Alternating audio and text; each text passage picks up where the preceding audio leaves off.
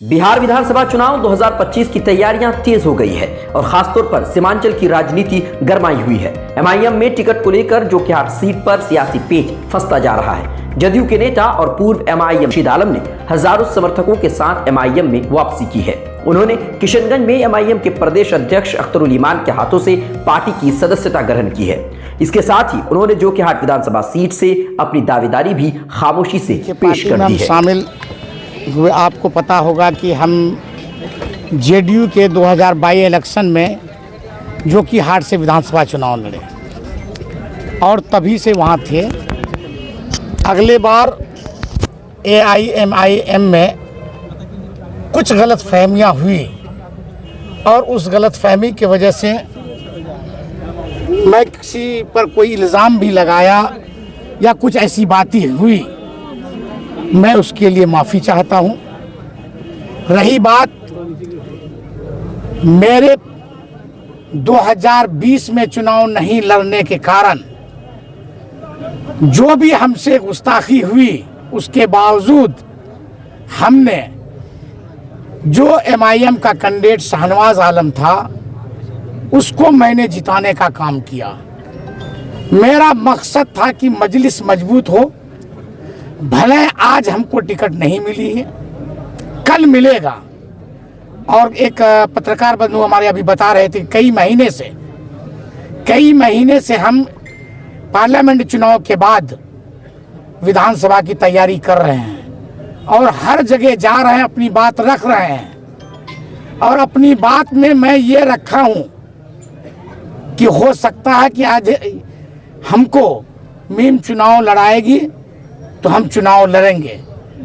रही बात की बैरिस्टर असदुद्दीन ओवैसी साहब और अख्तरुल ईमान साहब विधायक अमोर, कई जो इसका मजलिस में बयान है और मुल्की सतह पर बैरिस्टर साहब का जो कारनामे हैं उससे मुतासिर होकर मैं पूरी तरह आज एमआईएम का मजलिस इत्तेहादुल मुसलमीन का हम सदस्यता ग्रहण करते हैं, रुकनियत लेते हैं।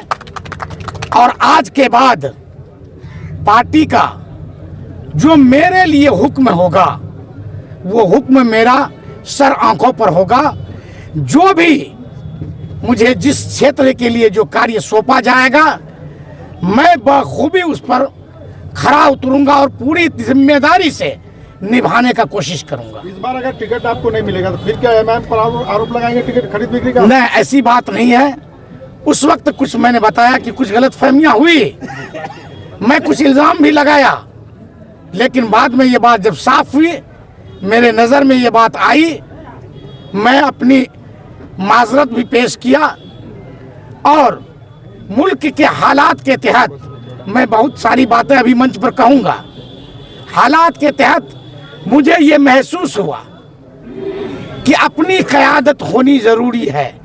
टिकट मिले नहीं मिले, मैं इस मंच से ऐलान करता हूँ कि मैं कुल हिंद मजलिस इत्तेहादुल मुस्लिमीन के साथ रहूँगा, पूरी मजबूती से रहूँगा।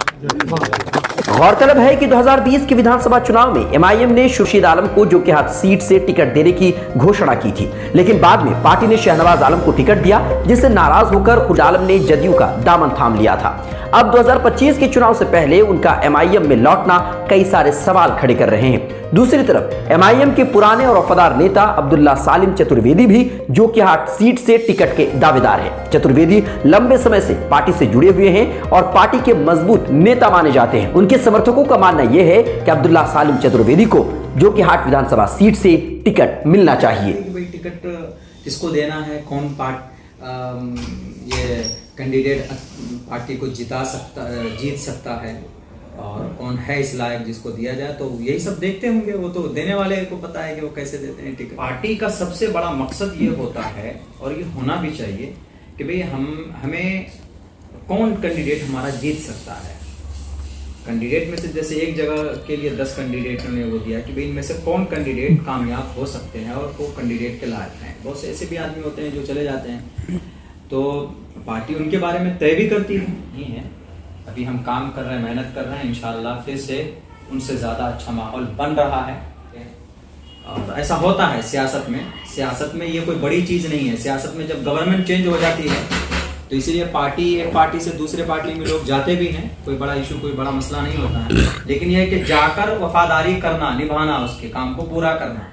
अब सवाल यह है कि एमआईएम के राष्ट्रीय और प्रदेश नेतृत्व किसे जोकीहाट से टिकट देती है? क्या पार्टी वफादारी को महत्व देगी या समर्थकों की ताकत को देखते हुए खुर्शीद आलम को मैदान में उतारेगी? पार्टी के इस फैसले पर जोकीहाट की जनता की नजरें टिकी हुई है। साथ ही ये देखना दिलचस्प होगा कि एमआईएम इस सियासी उलझन को कैसे सुलझाती है और कैसे जनता के बीच बने कंफ्यूजन को दूर करती है। आपकी है क्या राय? आप हमें कमेंट कीजिए। लाइक, शेयर, फॉलो नहीं किया है तो जरूर कीजिए।